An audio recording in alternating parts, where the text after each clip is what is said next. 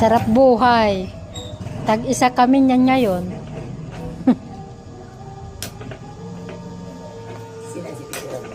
Ha?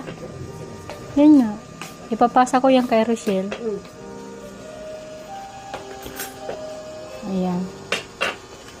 Chat-chat tayo mga kalablay. Ayan tayo. Nandito ako sa friends ko na matagal kong hindi napuntahan. Buti na lang hindi nagtampo ng tuluyan.